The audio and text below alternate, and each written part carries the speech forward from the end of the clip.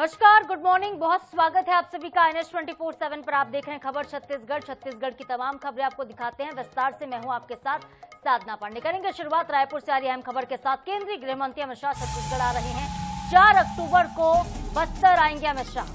बस्तर दशहरा में शामिल होंगे अमित शाह। मुरिया दरबार में शामिल होंगे और शाह के बस्तर दौरे को लेकर तैयारियां तेज कर दी गई हैं। तो इस वक्त की बड़ी खबर, और 4 तारीख देखिए तय कर दी गई है अमित शाह के बस्तर दौरे के लिए। 4 अक्टूबर को अगले महीने बस्तर आ रहे हैं अमित शाह। और केंद्रीय गृह मंत्री अमित शाह का छत्तीसगढ़ का दौरा कई लिहाज से बेहद महत्वपूर्ण रहने वाला है। मुरिया दरबार में शामिल होंगे, बस्तर दशहरा का वो हिस्सा बनेंगे। बस्तर दशहरा जो कि 75 दिनों तक चलने वाला एक ऐसा पर्व है जो देश ही नहीं बल्कि विदेशों में भी काफी प्रसिद्ध है। मां की आराधना का ये पर्व माना जाता है और इस दौरान बस्तर आ रहे हैं अमित शाह। और बस्तर को देखिए कई बड़ी सौगात तो मिलने ही वाली है। बस्तर की जनता से मुलाकात करेंगे। और बस्तर बीजापुर वो इलाके हैं जो कभी नक्सलियों की जद में हुआ करते थे, लेकिन बदलते समय के साथ और सरकार की तमाम कोशिशों के बाद अब नक्सलवाद का खात्मा तय माना जा रहा है। 31 मार्च 2026 एक डेडलाइन रखी गई है कि नक्सलियों का खात्मा होगा। और इसी डेडलाइन पर देखिए सरकार, हमारे सुरक्षा बल काम कर रहे हैं और सुरक्षा बलों का हौसला बढ़ाने अमित शाह एक बार फिर से आ रहे हैं बस्तर। लेकिन कार्यक्रम होगा बस्तर दशहरा का। मुरिया दरबार का हिस्सा बनेंगे अमित शाह। और कुल मिलाकर अमित शाह के दौरे को लेकर तैयारियां शुरू कर दी गई हैं। और अगली बड़ी खबर रायपुर से। 30 सितंबर को साई कैबिनेट की बैठक हो रही है। मुख्यमंत्री विष्णुदेव साई की अध्यक्षता में बैठक होगी। दोपहर 3:30 बजे का वक्त तय हुआ है। मंत्रालय में बैठक होगी।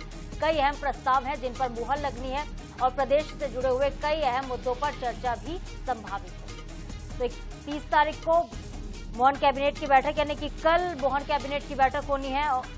साई कैबिनेट की आपकी जगह बैठक होनी है। प्रदेश से जुड़े हुए कई अहम मुद्दों पर चर्चा संभावित है।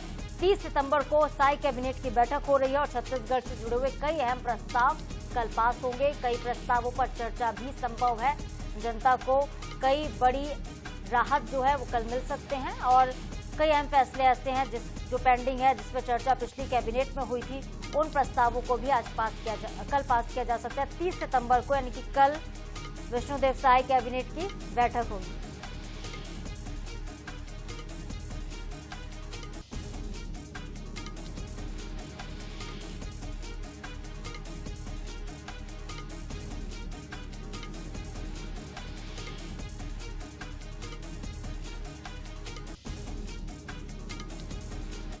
और आज रायपुर पश्चिम को बड़ी सौगात मिलेगी। बड़ी खबर है, डिप्टी सीएम अरुण साव सौगात देंगे। 3 महत्वपूर्ण कामों का लोकार्पण आज वो करेंगे। क्षेत्रीय विधायक राजेश मूणत वहां पर मौजूद होंगे। गुड़ियारी में शालीबाला उमाशाला का उद्घाटन करेंगे। दीक्षा नगर ठक्कर बापा वार्ड में भूमि पूजन करेंगे। और उसके बाद हीरापुर चौक यानी कि वीर सावरकर वार्ड में ओवरब्रिज का भूमि पूजन होगा। तो बड़ी खबर है, आज रायपुर पश्चिम के लिए महत्वपूर्ण दिन है। डिप्टी सीएम अरुण साव आज रायपुर पश्चिम को कई बड़ी सौगात देने वाले हैं। और क्या क्या वो सौगातें होंगी एक बार फिर से हम आपको बताएंगे विस्तार से। रायपुर पश्चिम को आज तोहफा मिलना है। डिप्टी सीएम अरुण साव ये सौगात दे रहे हैं। कहीं ओवरब्रिज का होगा लोकार्पण। तो 3 महत्वपूर्ण काम जो कि आज होने हैं। क्षेत्रीय विधायक राजेश मूणत मौके पर मौजूद रहेंगे। कौन से वो 3 महत्वपूर्ण काम है फिर से आपको बता दें। गुड़ियारी में शालीबाला उमाशाला का उद्घाटन होना है। दीक्षा नगर ठक्कर बापा वार्ड में भूमि पूजन का कार्यक्रम है। उसके बाद हीरापुर चौक में वीर सावरकर वार्ड में ओवरब्रिज का भूमि पूजन अरुण साव करेंगे।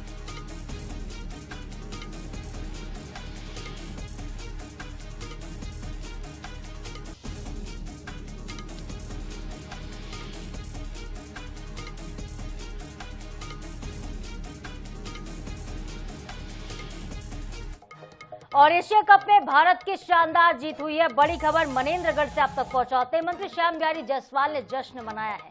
टीम इंडिया की जीत पर थिरकते हुए मंत्री नजर आए हैं। तस्वीरें आप देखिए। महापौर राम नरेश राय ने भी जश्न मनाया। तो कल शानदार तरीके से भारतीय टीम की जीत हुई है। 5 विकेट से पाकिस्तान को इंडिया ने धूल चटा दी। और अभिषेक शर्मा जो थे उनके ऊपर सबकी नजरें तो टिकी थी, लेकिन तिलक वर्मा ने जो कल करके दिखाया उसके बाद देखिए जश्न में डूब गया पूरा इंडिया। मंत्री श्याम बिहारी जायसवाल ने जश्न मनाया। टीम इंडिया की जीत पर थिरकते हुए मंत्री जी नजर आए हैं। उनके साथ महापौर रामनरेश राय मौके पर मौजूद थे, जो जश्न मना रहे थे और एशिया कप में हैट्रिक लगा दी। इंडिया ने 2 मैच में पहले पाकिस्तान को हरा ही चुके थे और कल फाइनल के मुकाबले में फिर से पाकिस्तान को पटकनी दी।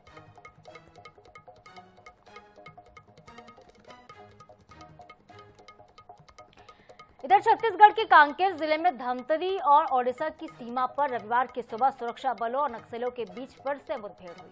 मुठभेड़ में जवानों ने 3 बड़े नक्सलियों को ढेर कर दिया। 2 पुरुष और 1 महिला नक्सली का शव बरामद किया गया। मौके से SLR 303 राइफल और 12 बोर की बंदूक मिली है। कांकेर के SP कल्याण एलिसेला ने इसकी पुष्टि की है। जानकारी के मुताबिक कोतवाली थाना क्षेत्र के तियार पानी में जंगल में मुठभेड़ हुई। सूचना के आधार पर कांकेर DRG, BSF और गरियाबंद पुलिस सर्च ऑपरेशन पर निकली थी। तभी जंगल में घात लगाकर नक्सलियों ने फायरिंग शुरू कर दी। जवाबी कार्रवाई करते हुए सुरक्षा बलों ने मोर्चा संभाला। आशंका जताई जा रही है कि जंगल में और भी नक्सली छिपे हो सकते हैं। इलाके में रुक रुक कर फायरिंग अब भी लगातार हो रही है। मारे गए 3 नक्सलियों में सीता नदी एरिया कमेटी का कमांडर श्रवण ढेर हुआ। नगरी एरिया कमेटी का डिप्टी कमांडर राजेश भी ढेर हुआ। श्रवण पर 8 लाख रुपए का, जबकि राजेश पर 5 लाख रुपए और बसंती, जो कि महिला नक्सली, उस पर 1 लाख रुपए का इनाम था। राजधानी रायपुर के भाटा गांव से SIA ने एक नक्सली को गिरफ्तार किया। आपको बता दें कि इससे पहले रायपुर में नक्सली दंपति गिरफ्तार किए गए थे और 3 नक्सली कुल मिलाकर अब तक राजधानी में पकड़े गए हैं। दूसरी तरफ कांकेर इलाके में 3 बड़े नक्सलियों को ढेर किया गया। तीनों इनामी नक्सली थे। तो मारे गए नक्सलियों की पहचान भी कर ली गई है। शव जो है वो लाए गए थे और मुख्यालय में शव लाने के बाद उनकी पहचान की। एरिया में आज सुबह मुठभेड़ हुई, जिसमें 3 माओवादियों का शव बरामद किया गया है, जिनको प्रथम दृष्टया सीता नदी एरिया कमेटी के कमांडर और उप कमांडर और सदस्य के रूप में पहचाना गया है। और एक SLR, एक 303 और एक 12 बोर बंदूक और अन्य सामग्री जो है बरामद हुआ है। अभी मुठभेड़ फिलहाल जारी है। अब टीम वापस आने के बाद आपको विस्तृत जानकारी दिया जाएगी। कांकेर जिले के तिरियार पानी इलाके में लंबे समय के बाद एक मुठभेड़ हुई है, जिसमें हमारे जवानों ने 3 नक्सलियों को ढेर कर दिया है। इस वक्त हम उसी जगह पर मौजूद हैं। मेरे पीछे आप देख सकते हैं कि 3 नक्सलियों के शव यहाँ पर पड़े हुए हैं और जवानों की टीम जो है वो अभी भी कुछ जवान जो है जंगल के इलाके में सर्च कर रहे हैं और एक बड़ी टीम अब जंगल से बाहर भी निकल रही है। इस इलाके में लंबे समय के बाद, तकरीबन 4 से 5 साल के बाद नक्सलियों के साथ मुठभेड़ हुई है और सफलता भी मिली है। ये जो नक्सली मारे गए हैं, इनके ऊपर तकरीबन 14 लाख का इनाम घोषित था और सीता नदी एरिया कमेटी का जो कमांडर था श्रवण, वो भी इस मुठभेड़ में मारा गया है। और पुलिस के अधिकारी भी यहाँ पर मौजूद हैं। हम उनसे भी चर्चा करने की कोशिश करते हैं कि क्या कुछ इस इनकाउंटर में हुआ है, कितने नक्सलियों की मौजूदगी यहाँ पर थी, क्योंकि ये जो इलाका है, इस इलाके में इतनी मूवमेंट थी नहीं नक्सलियों की, अचानक से मूवमेंट बढ़ी है और एक सफलता भी यहाँ पर मिली है। सर, लंबे समय के बाद मुठभेड़ इस इलाके में हुई है, क्या अभी भी सर्च ऑपरेशन जारी है? सर्च ऑपरेशन अब खत्म हो चुका है और 3 बॉडी रिकवर हुई है, जिसे ले आया गया है। बाकी वापस रिट्रीट मूवमेंट के लिए पूरा फोकस है, ताकि किसी प्रकार से जो फोर्सेज है वो सही जगह से सेफली पहुंच जाए। उसके बाद ये ऑपरेशन को हम क्लोज कर बताएंगे। सर, ये जो इलाका है, नक्सलियों का हमेशा बताया जाता है कि माड़ से गरियाबंद का जो रूट है, इस रूट से आना जाना नक्सली करते हैं। क्या ऐसी कोई बड़े लीडर की हलचल यहाँ पर थी? सूचना ऐसी थी कि यहाँ पे APT है, यहाँ पे अपॉइंटमेंट है और बाकी 2 जो अलग अलग टीम से सीता नदी और बस्तर के डिवीजन के लोग हैं जो आपस में यहाँ पे मिले थे। इसी सूचना के आधार पर हम यहाँ आए थे। डेफिनेटली ये एरिया जो है वो ट्रांजिट एरिया है, एक तरह से उड़ीसा और छत्तीसगढ़ को जोड़ने वाला ये एरिया है। इस वजह से ऐसी जताया जा रहा था कि इस यहाँ पे और बड़े लीडर्स हो सकते हैं, बट फिलहाल ऐसे कोई बड़े लीडर की यहाँ पे जानकारी नहीं मिली है और ऑपरेशन में ACM रैंक के लोगों को न्यूट्रलाइज किया गया है। तो देखिए, जिस तरीके से पुलिस के अधिकारी बता रहे हैं कि इस इलाके में लंबे समय के बाद मूवमेंट मिली थी और ऑपरेशन फिलहाल खत्म हो चुका है। जो जवान है उन्हें जंगल से बाहर निकाला जा रहा है ताकि उन्हें सुरक्षित अब वापस भेजा जा सके। बड़ी बात यह है कि इस पूरे ऑपरेशन में जवानों को किसी तरह का कोई नुकसान नहीं हुआ है। सभी जवान पूरी तरीके से सुरक्षित हैं और इस इलाके में एक बार फिर से नक्सलियों को गहरा चोट पहुंचाया गया है। गौरव श्रीवास्तव, NS 24/7, कांकेर। मुक्त भारत कार्यक्रम में शिरकत की। इस दौरान उन्होंने कहा है कि हाल ही में भ्रम फैलाने के लिए एक पत्र लिखा गया, जिसमें कहा गया था कि अब तक जो कुछ हुआ वो एक गलती थी। युद्ध विराम की घोषणा की जानी चाहिए और अब हम आत्मसमर्पण करना चाहते हैं, युद्ध विराम नहीं होगा। अगर आप आत्मसमर्पण करना चाहते हैं तो युद्ध विराम की आवश्यकता ही नहीं है। अपने हथियार डाल दीजिए। अमित शाह ने बात दोहराई है। पुलिस एक भी गोली आपके ऊपर नहीं चलाएगी।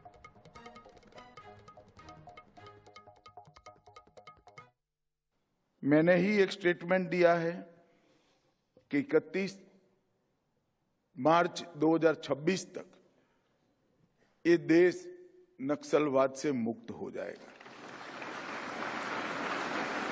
बहुत सारे लोग ऐसा मानते हैं कि नक्सलवाद की हथियारी गतिविधियां समाप्त होने के साथ ही नक्सलवाद की समस्या समाप्त हो जाएगी, मगर ऐसा है नहीं। इस देश में नक्सलवादी समस्या क्यों पनपी, क्यों बढ़ी, क्यों विकसित हुई, इसका वैचारिक पोषण किसने किया? और जब तक भारत का समाज ये थियोरी का, ये नक्सलवाद के विचार का वैचारिक पोषण, लीगल समर्थन और वित्तीय पोषण करने वाले समाज में बैठे हुए लोगों को समझ नहीं लेता है और उन लोगों को हम वापिस नहीं लाते हैं, तब तक नक्सलवाद के खिलाफ लड़ाई समाप्त नहीं हो जाएगी।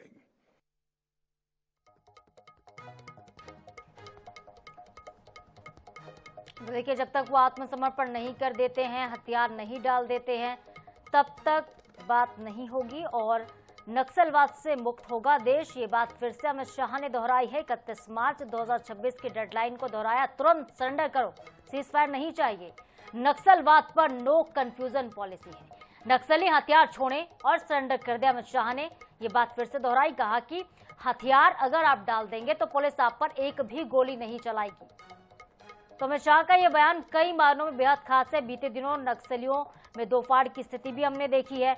नक्सलियों ने युद्ध विराम की अपील की, उनके लिए सीज फायर की आवश्यकता नहीं है, यह अमित शाह का कहना है।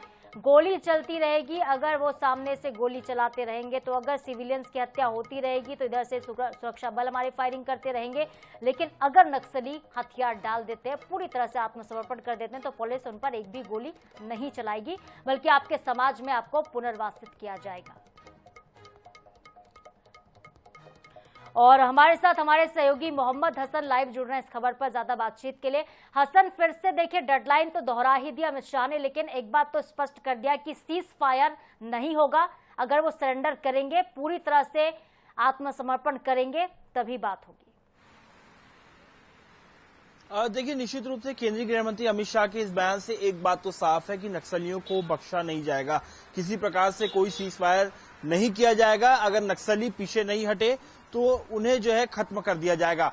अमित शाह ने एक बात साफ कर दी है, न केवल छत्तीसगढ़ बल्कि पूरे देश में जो है मार्च 2026 तक नक्सलवाद को समाप्त कर दिया जाएगा। अब तक हम सिर्फ इस पर ही बात कर रहे थे कि छत्तीसगढ़ में मार्च 2026 तक डेडलाइन रखी गई है कि नक्सलवाद खत्म होगा, लेकिन केंद्रीय गृह मंत्री अमित शाह ने यह बात स्पष्ट कर दी है कि पूरे देश से नक्सलवाद को अगले मार्च 2026 तक पूरे तरीके से समाप्त कर दिया जाएगा, क्योंकि नक्सलियों के खिलाफ लगातार सुरक्षा जवानों के द्वारा कार्रवाई की जा रही है। तेलंगाना से लेकर के छत्तीसगढ़ तक तमाम जो नक्सलियों के ठिकाने हैं, उन्हें जो सुरक्षा के जवान हैं वो कहीं ना कहीं तबाह कर रहे हैं। लगातार नक्सलियों को मारा जा रहा है और जो नक्सली मुख्य धारा से जुड़ना चाहते हैं उनके द्वारा भी आत्मसमर्पण किया जा रहा है। कई ऐसे नक्सली भी हैं जो सुरक्षा जवानों की कार्रवाई से डर गए हैं और ये समझ चुके हैं कि अब उन्हें बख्शा नहीं जाएगा, तो ऐसे जो नक्सली हैं वो कहीं ना कहीं आत्मसमर्पण करके सीधे मुख्य धारा से जुड़ रहे हैं। वही इस मामले पर अब छत्तीसगढ़ के गृह मंत्री उप मुख्यमंत्री विजय शर्मा का भी बयान सामने आया कि किसी प्रकार से युद्ध विराम की कोई स्थिति नहीं है। नक्सली लगातार वहां पर बस्तर में ग्रामीणों की हत्या करते हैं, जवानों को मारते हैं, ऐसे में उन्हें किसी प्रकार से बख्शा नहीं जाएगा। अगर नक्सलियों को बचना है तो वे आत्मसमर्पण करें, लाल कारपेट बिछाया जाएगा उनके स्वागत के लिए, किसी प्रकार से कोई कार्रवाई उन पर नहीं की जाएगी, उन्हें सीधे मुख्य धारा से जोड़ा जाएगा। लेकिन यदि नक्सली अगर सीज फायर या इस तरीके की बात कर रहे हैं तो ऐसी कोई बात नहीं है, क्योंकि नक्सलियों से कोई युद्ध नहीं है। नक्सलवाद को सीधे तौर पर समाप्त करना है। छत्तीसगढ़ के गृह मंत्री विजय शर्मा ने भी यह बात स्पष्ट कर दी है कि नक्सलियों के खिलाफ कोई अभियान में देरी नहीं की जाएगी, किसी प्रकार से कोई राहत नहीं दी जाएगी, कोई सीज फायर की बात नहीं होगी। सीधे तौर पर कार्रवाई की जाएगी। यदि नक्सलियों को इन कार्रवाइयों से बचना है, अपनी जान उन्हें प्यारी और लाल आतंक को छोड़ना है, तो वो सीधे नक्सलवाद को छोड़ें और मुख्य धारा से जुड़े और आत्मसमर्पण करें। यही एक चारा उनके पास बचता है। साथ ही जिस प्रकार से बस्तर से लेकर के अलग अलग क्षेत्रों में जो नक्सल प्रभावित क्षेत्र हैं, वहां पर जो नक्सली हैं, अब कहीं ना कहीं शहरी नेटवर्क भी नक्सलियों का मिल रहा है। तो ऐसे में छत्तीसगढ़ के गृह मंत्री विजय शर्मा ने कहा है कि हम तमाम अलग अलग इन्वेस्टिगेशन जो है वो कर रहे हैं। अब शहरी नेटवर्क को भी पकड़ने के लिए लगातार एसआईए जो है वो जुड़ गई है। स्टेट इन्वेस्टिगेशन एजेंसी के द्वारा शहरी नेटवर्क को भी रोका जा रहा है, उनके जो ठिकाने हैं उसका पता लगाया जा रहा है। यानी कि नक्सलवाद को चाहे शहर में उनका नेटवर्क हो या जंगलों में उनका नेटवर्क हो, हर एक ठिकाने को जो है वो तबाह किया जाएगा और नक्सलियों को पकड़ा जाएगा, जिसके तहत लगातार कार्रवाई की जा रही है। अब तक रायपुर में भी 3 नक्सली जो है वो गिरफ्तार हो चुके हैं और इनका जो नेटवर्क है वो शहरी नेटवर्क था। ये यहाँ से सीधे जंगलों तक खबर पहुंचाते थे कि क्या कुछ हलचल हो रही है। तो ऐसे में किसी भी नक्सलियों को छोड़ा नहीं जाएगा। सरकार की हसन नक्सलियों का ये कहना कि अब तक जो कुछ भी हुआ है वो गलती है, गलती तो नहीं है, बिल्कुल बेतुका बयान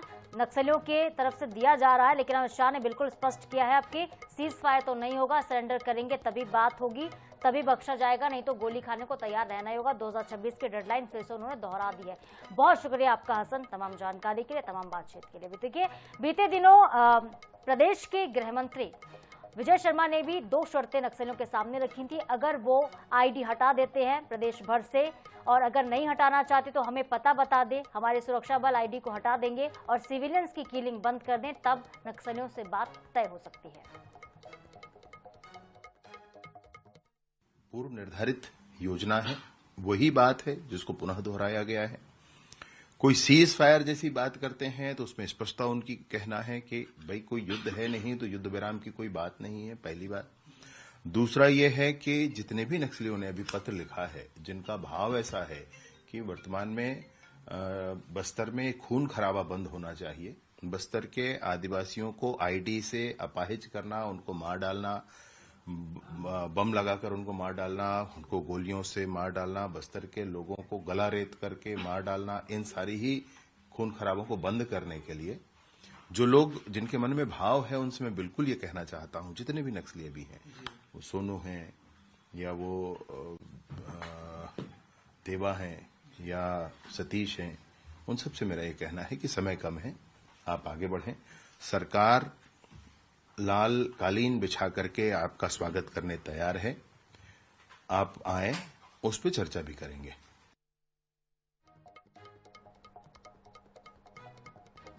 और इस बीच बड़ी खबर बेमेतरा से आ रही है। 82 किलो गांजा को नष्ट किया गया है। एथेनॉल प्लांट में जलाकर इसे नष्ट किया गया। 26 प्रकरण में ये गांजा जब्त हुआ था। एसएसपी रामकृष्ण साहू आबकारी अधिकारी की मौजूदगी में नष्टीकरण की प्रक्रिया पूरी की गई। बेमेतरा के पथर्रा में मौजूद है एथेनॉल प्लांट, जहां पे गांजे को नष्ट किया गया है। तो बड़ी खबर बेमेतरा से तस्वीरें भी आपको हम दिखाते हैं। 26 अलग अलग प्रकरण में ये गांजा जब्त किया गया था छत्तीसगढ़ में, जिसके बाद अब देखिए बेमेतरा में पथर्रा में मौजूद एथेनॉल प्लांट में इस गांजा को नष्ट किया गया है। नष्टीकरण की प्रक्रिया मौके पर मौजूद एसएसपी के साथ ही कई अधिकारियों की मौजूदगी में की गई। एथेनॉल प्लांट की तस्वीरें जहां पे गांजा नष्टीकरण किया गया। 26 प्रकरण के दौरान ये गांजा जब्त किया गया था। भारी मात्रा में देखिए प्रदेश में जगह जगह पर गांजा जब्त हो रहा है और राजधानी रायपुर से लेकर प्रदेश के कई जिलों में बीते दिनों मादक पदार्थों को जब्त किया गया था। नारकोटिक्स विभाग की तरफ से लगातार कार्रवाई की जा रही है और कार्रवाई के दौरान जो गांजा मिला है, करीब 26 अलग अलग मामलों में उस गांजे को एथेनॉल प्लांट में ले जाकर नष्ट किया गया। तस्वीरें हम आपको दिखा रहे हैं बेमेतरा से।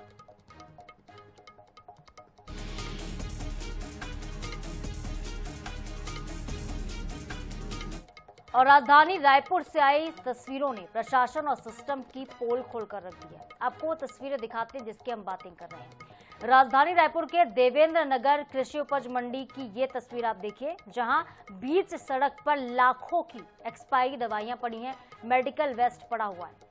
सवाल ये कि आखिरकार ये खतरनाक मेडिकल वेस्ट सड़क पर कैसे पहुंचा, इसके पीछे कौन जिम्मेदार है। स्थानीय लोग बता रहे हैं कि देर रात किसी ने ये एक्सपायरी दवाइयां वहां पर फेंक दी हैं। इसमें सिरप है, टैबलेट है, इंजेक्शन है और कई तरह की दवाई शामिल है। लेकिन ये कोई पहला मामला नहीं है प्रदेश में। मेडिकल वेस्ट को सड़क किनारे फेंकने की लापरवाही से कई बार गौवंशों की जान जा चुकी है।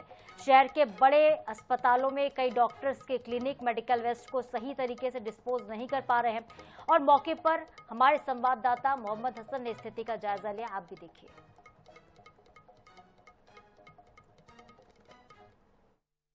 राजधानी रायपुर में कई बड़े हॉस्पिटल और डॉक्टर्स के क्लिनिक द्वारा मेडिकल वेस्ट को खुलेआम सड़कों पर जो है वो फेंका जा रहा है। आप यहाँ पर तस्वीरें देख रहे हैं। इस वक्त मैं देवेंद्र नगर के पास मौजूद हूँ। यहाँ पर कचरे का ढेर है, लेकिन इस कचरे के ढेर के बीच में आपको दिखाई देंगी दवाइयाँ।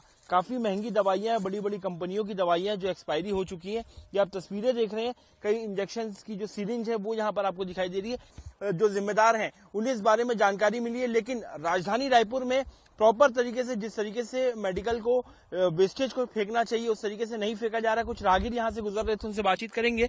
आपने क्या देखा यहाँ पर गुजर रहे थे? जी, मैं छत्तीसगढ़ युवा हिंदू महासभा से रायपुर जिला महामंत्री हूँ और मैं विगत 3 दिनों से लगातार इस तरह के वेस्टेज देख रहा था और मैंने संपर्क किया कि किस स्टोर का है या किस दवाई मेडिकल का है या किस डॉक्टर के द्वारा फेंकवाया गया, ये तो मुझे स्पष्टता नहीं बता पाऊंगा मैं, क्योंकि मैंने फेंकते हुए किसी को नहीं देखा। लेकिन जिस प्रकार से इस प्रकार के वेस्टेज फेंके जा रहे हैं, जो मेडिकल वेस्टेज हैं, तो कहीं ना कहीं शासन प्रशासन की इसमें लापरवाही नजर आ रही है, मेडिकल विभाग की लापरवाही है।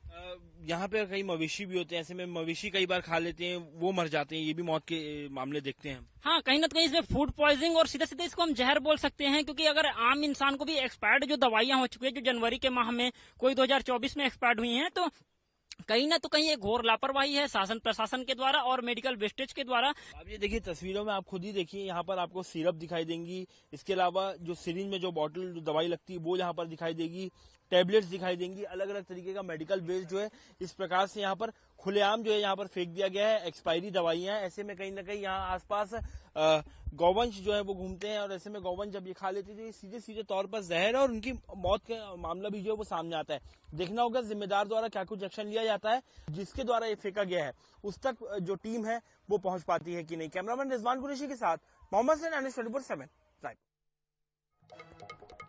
इधर राजधानी से ही अगली खबर, भारतीय रेल यात्रियों के लिए बड़ी सौगात मिली है। प्रधानमंत्री मोदी ने ब्रह्मपुर से उतना के बीच चलने वाली नई अमृत भारत एक्सप्रेस का शुभारंभ किया। ये ट्रेन है रायपुर, दुर्ग और गोंदिया जैसे प्रमुख स्टेशन पर रुकने वाली है। ओडिशा, छत्तीसगढ़, गुजरात को ये सीधी रेल कनेक्टिविटी देगी। ट्रेन का नियमित संचालन 5 अक्टूबर यानी कि अगले महीने से होगा, जिसमें यात्रा और ज्यादा सुगम हो जाएगी। अब छत्तीसगढ़ से उड़ीसा और गुजरात तक की यात्रा बेहद ही सरल होने वाली है, क्योंकि देश भर के रेल यात्रियों के लिए एक बड़ी सौगात है। छत्तीसगढ़ में भी अब अमृत भारत एक्सप्रेस की शुरुआत हो रही है, जो कि उड़ीसा से लेकर के सीधे गुजरात तक जो है यह ट्रेन जाएगी और बीच में इसका ठहराव छत्तीसगढ़ में भी दिया गया है। रायपुर दुर्ग में यह ट्रेन रुकेगी। कहीं ना कहीं अब छत्तीसगढ़ वासियों के लिए गुजरात और उड़ीसा तक का सफर जो है बेहद ही आसान होने वाला है। ट्रेन का शुभारंभ आज पीएम मोदी ने हरी झंडी दिखा करके कर दिया है। 5 अक्टूबर से ट्रेन का जो परिचालन है वो नियमित तौर से शुरू हो जाएगा और यह ट्रेन अलग अलग यानी कि पूर्व, मध्य और पश्चिम हिस्सों को जोड़ेगी और छत्तीसगढ़ से गुजरात और उड़ीसा की यात्रा सीधी और आरामदायक होगी। रायपुर, दुर्ग, गोंदिया समेत कई बड़े स्टेशनों पर इसका ठहराव दिया गया है और एक ट्रेन उड़ीसा से सीधे गुजरात तक जाएगी, वहीं दूसरी ट्रेन गुजरात से सीधे उड़ीसा तक आएगी। अमृत भारत एक्सप्रेस के माध्यम से लोग अब इन 3 राज्यों के बीच में बेहद ही आसान तरीके से सफर कर सकेंगे। कैमरामैन रिजवान कुरैशी के साथ मोहम्मद हसन, NS 24/7 रायपुर। और इसके साथ ही खबर छत्तीसगढ़ में फिलहाल के लिए इतना ही। खबरों के अपडेट्स के लिए आप देखते रहिए NS 24/7। नमस्कार।